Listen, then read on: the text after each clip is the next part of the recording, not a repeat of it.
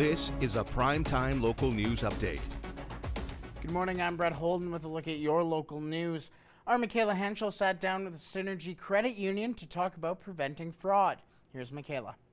All right, well, we are going to continue talking about fraud and how you can protect yourself. I am joined with Synergy Chief Financial Officer Christine Tucker. Once again, thank you so much for joining me. Thank you for having us. Yeah, and so we're going to continue the conversation on fraud and how people can protect themselves. So how can someone protect themselves when there are so many scams out there? Absolutely perfect question. One, if it's too good to be true, it's too good to be true. Like, trust your instinct. Two, protect your PIN numbers on your cards. So that's critical. If you're at the gas station, especially now where you have pay at the pump in Lloydminster here, cover your hand over it. If your attendant's standing there, make sure that they, move away so that because you want to protect that. Don't give your kids your card and your PIN number. Give them their own card so that they only have access to their own money. And that's what I think parents miss, is that it's a good education for them to practice with smaller amounts of money. The other way you can protect yourself is just really be vigilant about your personal information. So instead of throwing it in the garbage, maybe you invest in a little shredder at home and you're able to shred and recycle your paper instead of throwing it out. Yeah, because there can be a lot of information on those Absolutely. papers. So if you were to come in through a situation where you've been subject to fraud, how will your financial institute help you? Yeah, so that's a great example. So there's lots of opportunity for the financial institutions to help you and to walk you through this. So most important thing, no matter how bad you're feeling, call them.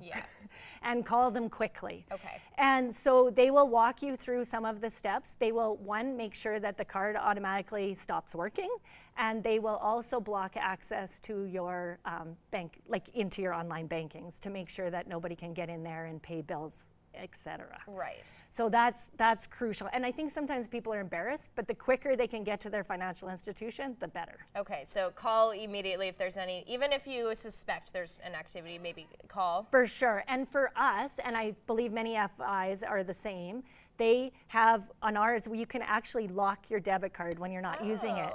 So for those of us that use our phones all the time and have a banking app, you can actually go on there and lock your card when it's not in use and then unlock it when you want to use it. Wow. So the advantage to that is, one, losing them, because some people struggle with holding onto their cards. But the other thing is, if you're worried that maybe there's something not quite right in your house with a caregiver or a child or a family member, you can lock it so that even though they would have access, it would be worthless to them. Wow. Okay. Well, I did not know that was an option. That's a really great option.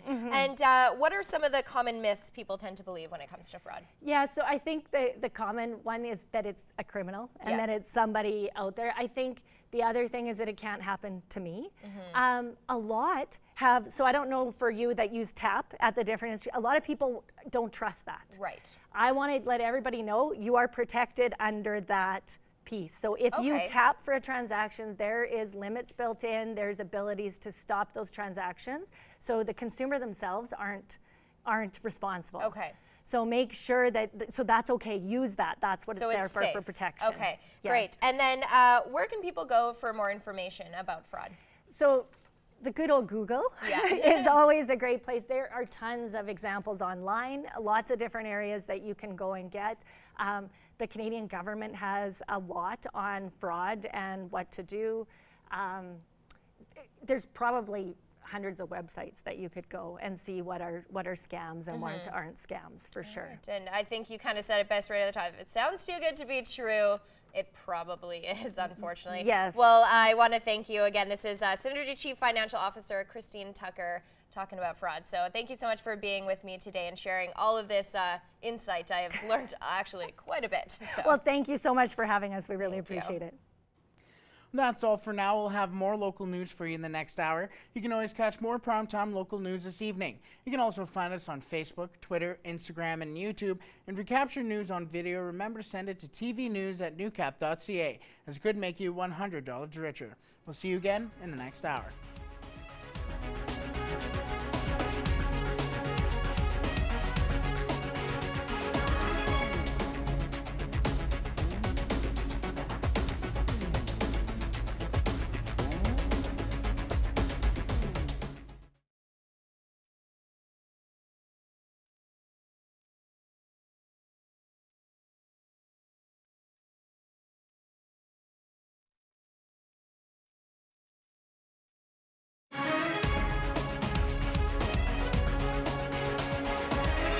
This is a Primetime Local News Update. Good morning, I'm Brett Holden with a look at your local news. There's a lot going on in the Bonnyville area. Here is Justin Marshall with more and what's happening.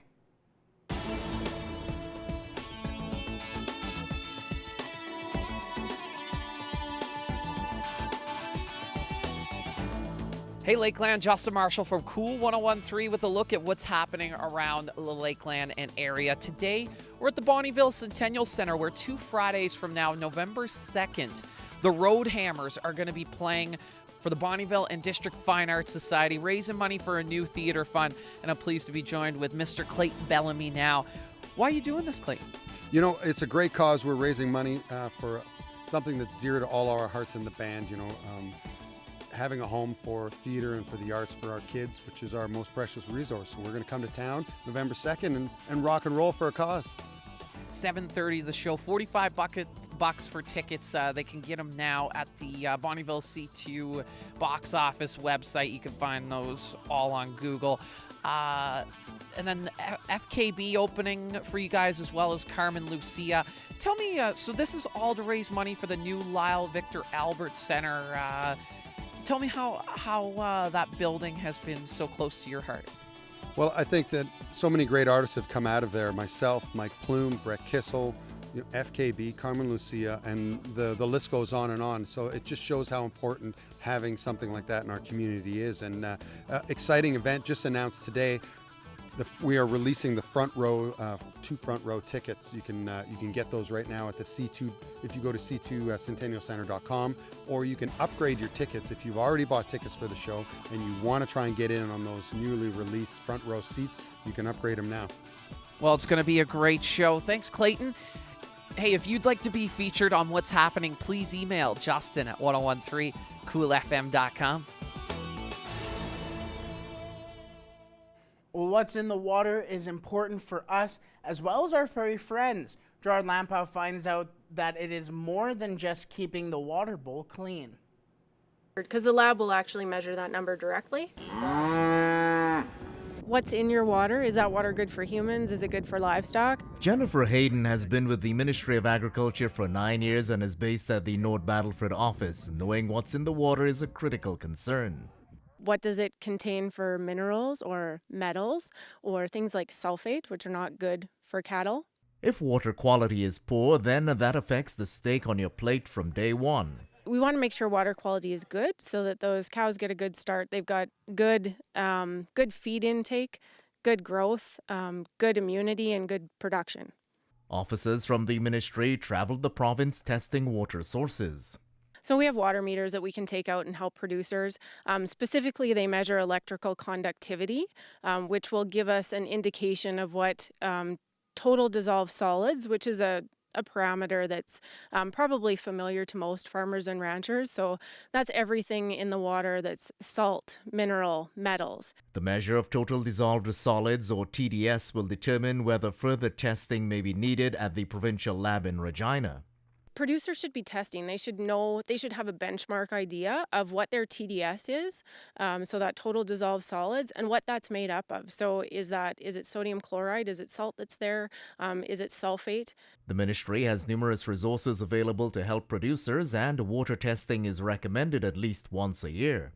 Ag Knowledge Center is 1-866-457-2377. We have some good resources on our website, saskatchewan.ca/agriculture. And specifically the North Battleford office, they can call 306-446-7962. Gerard Lampow, Primetime Local News. Well, getting to work on time for thousands of Edmonton commuters got a little dicey yesterday morning when 40% of the city's light rail transit fleet was put out of commission by an electrical problem. The Edmonton Transit System says equipment on top of the cars that draws power from overhead wires got damaged. Technicians looked into the source of the trouble, while ETS put extra buses on the road to handle the service disruption on 2 LRT lines. Well, that's all for now. We'll have more local news for you in the next hour.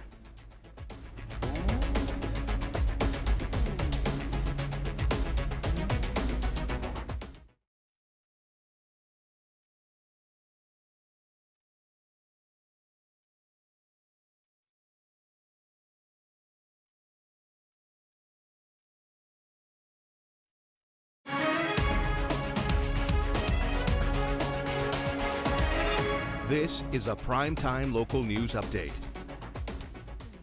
Good morning, I'm Brett Holden with a look at your local news. Well, marijuana is legal, and our Michaela Henschel sat down with a local dispensary. Here's Michaela. All right, well, a week ago today, marijuana was officially legalized across the country, and there have been a lot of questions since. So I brought in two experts. We have Phil and Colin from House of Hybrids, which is soon to be open here in Lloydminster, to answer all of the cannabis questions. So thank you for joining me today. For sure. Thanks for having us. Of course. So let's get started with, you guys will be opening soon, and a lot of people who maybe want to purchase cannabis have never actually had a retail experience as of yet, obviously because it wasn't legal. So when someone comes into House of Hybrids, what can they expect? Just a cool, relaxed, chill environment. We're all about customer experience. So we want to make sure that when people come in, they're totally at ease, no judgment, and then just making sure that our staff is well educated on the product that we sell. Yeah. Okay, cool. And speaking of product, for people who just don't know really a lot about cannabis, can we kind of go over, the different types that you guys will have? And, a lot of people might not know what the difference between a sativa and an indica is. So where can they kind of start, and what is the difference? Yeah, so I guess basically you kind of touched on it. The biggest way to break it up would be a sativa, indica, and a hybrid. And so the differences between those would be a sativa would be more of energetic, uplifting type of feeling. Obviously, you can break it down even further from there for THC content or CBD content, which CBD is more of the relaxing, anti-inflammatory type of feeling you're going to get from it. The THC would be more of the head high. So an indica would be more of a relaxing, subdued, like sit on the couch and just kind of chill out, be in your own head.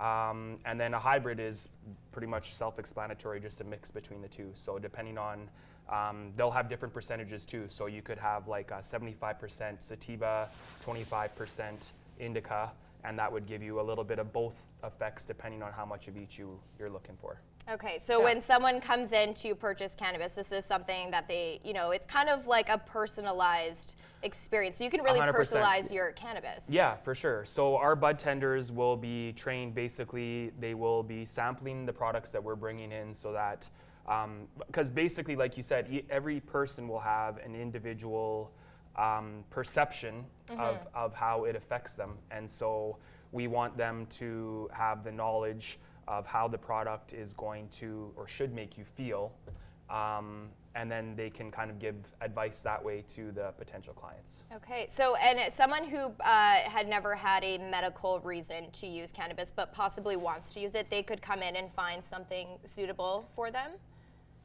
Absolutely. We're not allowed to give out any medical kind of advice. That's not our thing. We're recreational use. But obviously there's a lot of different effects that marijuana can offer to people with medical ailments or whatever. But like I said, we cannot offer any information towards that. But there are definitely different strains that can help you. Yeah, for sure. Cool. All right. Well, that's all the time we have for today's trending panel. So I want to thank you guys both so much for coming in and sharing your expertise. And they will soon be open here in the Border City House of Hybrids. Colin and Phil, owners there. So thank you so much for taking the time to sit down with me today. Thank you. Thanks for having us. A new urban reserve is being set up in downtown Saskatoon. Yellow Quill First Nation has obtained reserve status for a building that's currently home to the First Nations Bank of Canada. It's adjacent to Yellow Quill's original urban reserve in the city.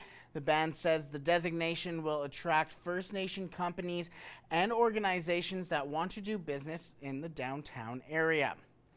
Well, that's all the time we have for local news. Thank you for joining us and have a good rest of your day. We will have more primetime local news for you this evening as well. You can also find us on Facebook at Primetime Local News and on Twitter. You can follow us on Instagram at PTL News. Thank you for joining us and have a wonderful rest of your day.